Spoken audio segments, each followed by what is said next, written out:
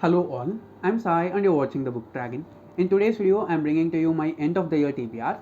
I'm not going to make a specific TBR for November and December this year because I've started getting back to office for work, and because of this, my reading, filming as well as editing schedules have changed, as a result of which my video schedules in the future is also going to change pretty soon. I'm still in the process of figuring out how I'm going to do my filming and all the other stuff related to the channel, but as of now, I plan to publish one video per week or one video for every 5 days. I'm going to start with one video per week and then work myself up to one video per 5 days. And I have a total of 10 books in this TBR, which has a combination of both non-fiction as well as fiction. Another thing which I'm planning to do is that I'm not going to make any monthly TBRs in 2023 also, because of the reason that I said before. So without any further ado, let's get into the books right away. The first book in my TBR is Empire of the Vampire by Kristoff. I started reading this book in the beginning of September, and because of some reasons I did not continue reading it at all.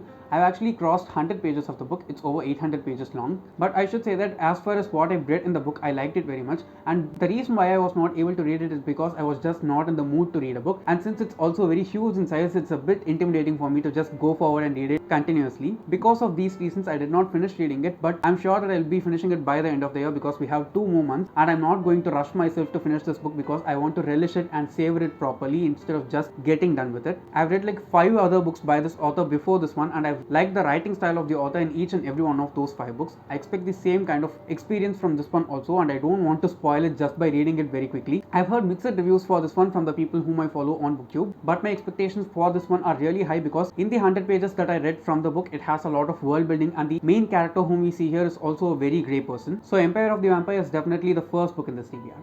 The next book in my TBR is The Namesake by Jhumpa Lahiri, and the main reason why I want to read this by the end of this year is because I read the first book by this author, which is Interpreter of Maladies. That is a short story collection in the beginning of this month, and I should say I enjoyed each and every short story in that book. Usually I'm not a person who's that much attracted towards short stories because I like longer stories like novels, novellas and other such things, but when it comes to a short story, there's not that much time to experience and know the characters and the place where the story is taking place. But when it came to Interpreter of Maladies, it was not like that at all. It was just like a slice of life from 9 different people's lives who are living as Indian Americans, and I should say that the author just made it really beautiful. I like the writing of the author compared to any other thing inside that book, and I'm expecting the same from this one also. The best way I can say to describe the writing of Jhumpa Lahiri from Interpreter of Maladies is that she shows us the beauty of mundane things which we don't pay attention enough to seek and see and enjoy on a daily basis. I'm actually a person who has my life in a very fast way, and I'm not a person who slows down and sees the beauty of normal mundane things, and for me that book was just eye-opening and great as an experience to read, so I'm definitely going to give this a try very soon. The next one is The Serpent King by Jeff Zentner. I bought this book last year or this year, I don't remember properly, but I've heard really good things about this one, especially on booktube. I've not seen it very popular among a lot of booktubers who talk about more contemporary books, but there are some very niche booktubers whom I have that I follow, and all of them have said really good things about this book. Even some of you guys, after seeing this book from my unboxing videos, said that it is really nice and I will like it. Here we follow a boy named Doyle who's in his final year of high school, and he's being bullied in school by the people because of something that happen in his household, and the thing that his father does for him in his household is that he makes him catch very venomous poisonous snakes, and because of this he's completely being bullied by his peers in school. But apart from all these bullying, he also has 2 other friends who are just outcasts like him, but after the end of school both of them have some ways to escape from the town where they are born and brought up in, but Bill does not have a way. Will he figure it out or not, and will his relationship with his father become better or not, is the entire story of this book. I think this will also deal with some very heavy topics, so let's just wait and see how it is going to go. The next one is a non-fiction book, and it is The Courage to be Disliked by Ichiro Kimishi Fumitake Koga. I'm sorry I had to take some time to look at the name of the authors because it's not easy for me to pronounce them right, and I'm not sure whether I'm pronouncing them right or not also. I think I'll get acquainted to them once I finish reading the book and start talking about it a bit more in the channel. The reason why I took this on my TBR for the rest of the year is because I'm going to try and participate in non-fiction November, and because of that I'm also having another non-fiction book in this pile, both of which I'm very much interested to finish by the end of November itself. This book personally is a recommendation from my brother for me, and he has said that it is really good and eye-opening in many ways. It is a philosophical book which tells us how much it is necessary for us to be our truest self without being blunt and judgmental towards other people. I think I'm a person who needs to develop that facet of my character a lot more, and since it's also a translated work from Japanese, I think I'll be attracted towards it a lot more because I do like Japanese literature a lot more. So if you've read this one before, please do let me know down in the comments how it is and what I can expect from it. The next one is actually a series, and it is The Hitchhiker's Guide to the Galaxy by Douglas Adams. I read the first 2 books inside the series in August and I enjoyed both of them very much. The only thing which bugs me about the series is that I want to read it very slowly in order to understand and enjoy the humor that the author uses in this one. It is definitely very intellectual in its level, and some of the jokes just went over my head when I read it for the first time, and I had to just go forward and Google some of the things that were said in the book in order to just make sense of them. As a whole, it was a really weird yet very fun experience reading this book for the first time. I tried starting the third book also as an audio book, but it is not working that well for me because I think I need to see the text for this one and read it physically in order to understand and enjoy the book as a whole. Murphy Napier has been raving about the series ever since she started reading it in her channel, and she's definitely a booktuber whom I trust when it comes to reading books that align with my taste. All the other 3 books inside the series are also very short, so I think I'll probably finish reading this one also.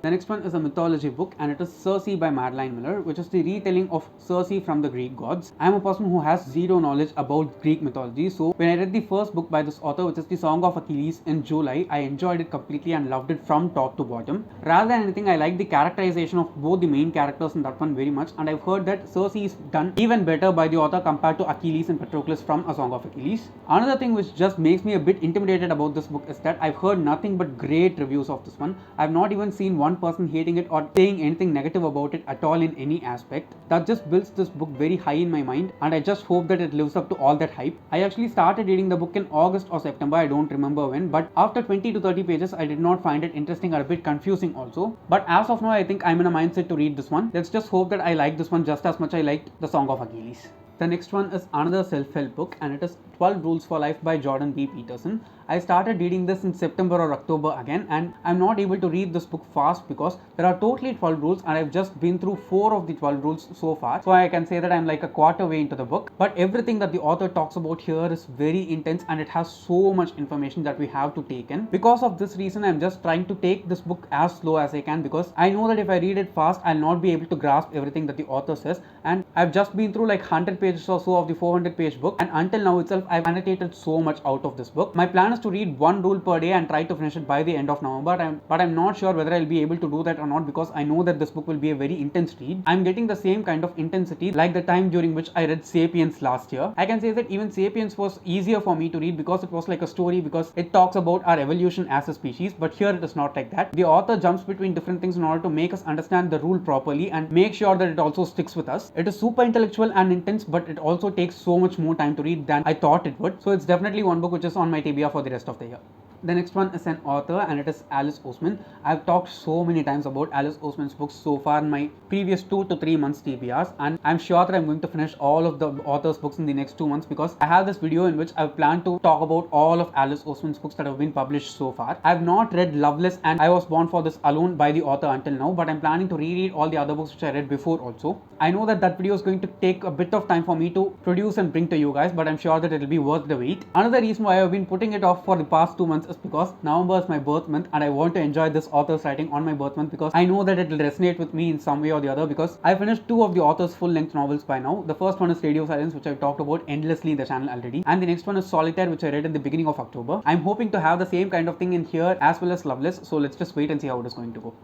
The next one is another series, and it is the Sherlock Holmes series by Sir Arthur Conan Doyle. I finished almost more than half of the series until now, and I just have like 2 or 3 more books to finish. So I'll probably finish it by the end of the year, but I'm not sure about this because since it's a classic series, the English here is a bit different from all the other books that I've read so far, and I'm also currently reading. So it will take a little bit of time for me to read this one, even though I'm listening to the audiobook. And I've said this many times, if you're going to go forward and read Sherlock Holmes, just buy the complete Sherlock Holmes collection narrated by Stephen Fry on Audible because it is just excellent. I don't even care when I finish reading the series, but I'm definitely going to finish it only by listening to his voice. The narrator also gives us like a preface of each and every book before he starts narrating it, and that is kind of an extra information for us instead of just going forward and reading the book. Since the winter season is also going to be there for like the next 4 to 5 months here for us in Chennai, I think I'll be enjoying this a lot more, especially to read during that season because of the mystery element. So let's just wait and see whether I'll be able to finish the entirety of the Sherlock Holmes series within the end of the year or not.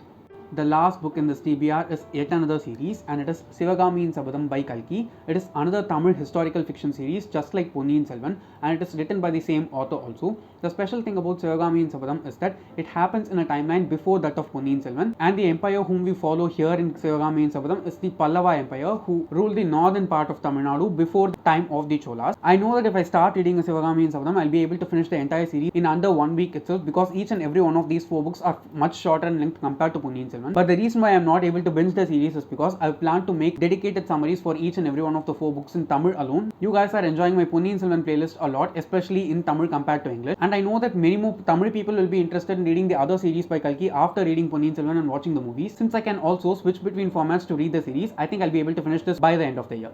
So yes guys, those are all the 10 books in my TBR for the rest of the year. And if you do have an end of the year TBR, please do let me know them in the comments below because I'd like to know what you're reading. And if you've read any of the books that I've talked about in this video, tell me how they are and what I can expect from them. And if you did enjoy watching today's video, don't forget to give it a thumbs up and also share it to your friends. And if you want to get more content from me, do subscribe to the channel. Thanks for watching and have a great rest of your day.